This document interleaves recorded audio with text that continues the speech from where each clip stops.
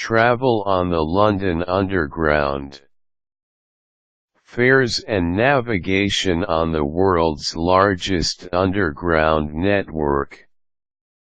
If you visit London, you will likely need to use the London Underground, commonly known as the Tube, probably because most of the tunnels are round.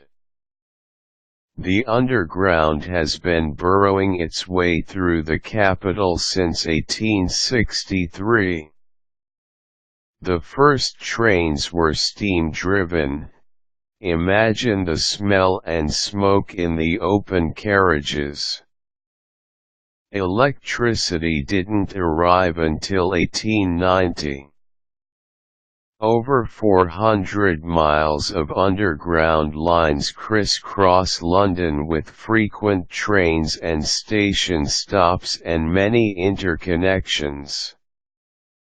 To some extent, London has grown up around its underground stations, and their names have become identified with their localities, such as Leicester Square, pronounced Leicester, and Knightsbridge. The London Underground is a totally integrated system, like the New York subway and the Paris metro, so once you are underground you can change between lines as many times as you need to reach your destination. Unlike these, admittedly smaller, networks where all journeys cost the same, irrespective of distance, we have a complicated fare structure based on 6 concentric zones. The Central Zone, or Zone 1, includes the Houses of Parliament, Oxford Street, and Buckingham Palace.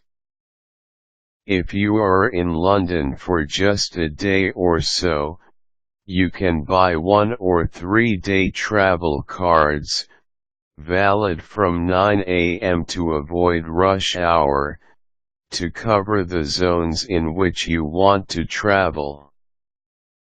Travel cards can also be used after 9 a.m. on all London buses, the Docklands Light Railway and National Rail lines, after 9:30 a.m., within the zones.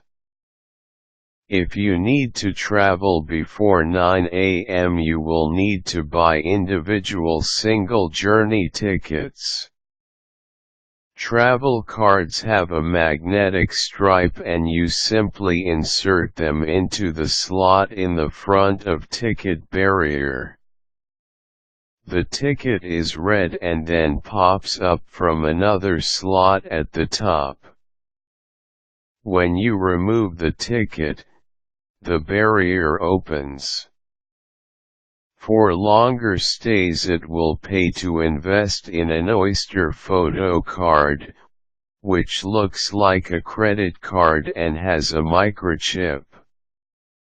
It stores credit and can be topped up at any underground station. This requires some photo ID, which can be obtained at any underground ticket office, so arm yourself with some passport-size photos, though there are often photo booths around, a few of which actually work. Oyster is by far the cheapest way to get around London, as the daily amount you pay is capped, regardless of the number of trips you make.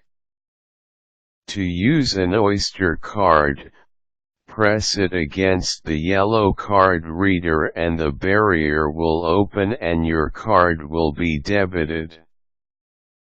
Make sure you use the card reader at both ends of your journey or you will end up paying the maximum fare, so always check in and check out.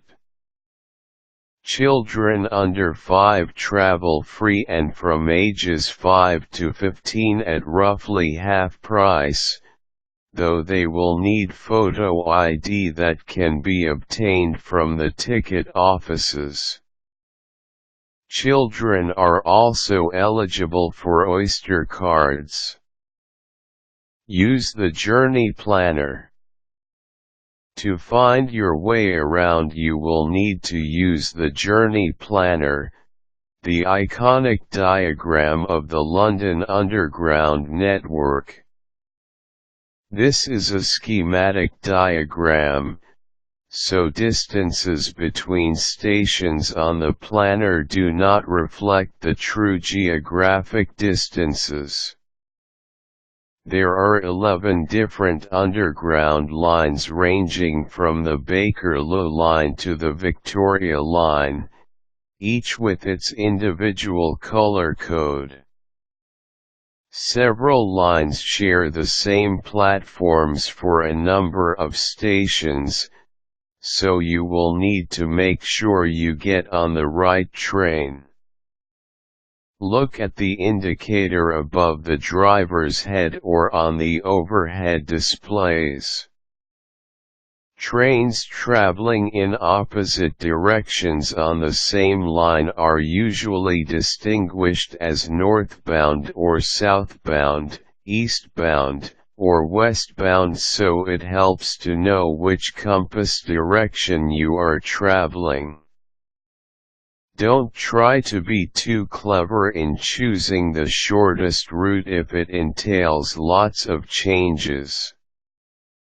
It's usually quicker to take a detour and reduce the number of interchanges to a minimum.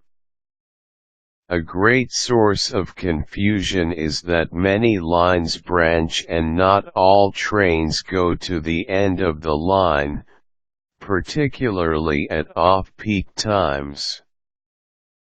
You will need to look out for announcements that describe a train's route, such as High Barnet via Charing Cross, a reference to the Northern Line.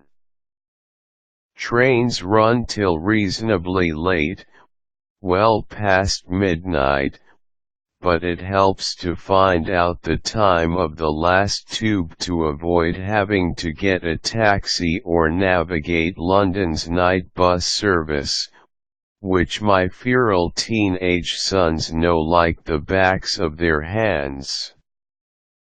Jonathan Priest is passionate about London and enjoys helping people to discover its many delights. Solutions at creative-writer.com. www.creative-writer.com. Quick tips: always ask for help from the agents at the ticket barriers or the ticket offices. Get your free copy of the journey planner from the ticket office. Feel free to contact me if you need further help. Useful links: Transport for London's website with up-to-date information about fares, maps and journey planners.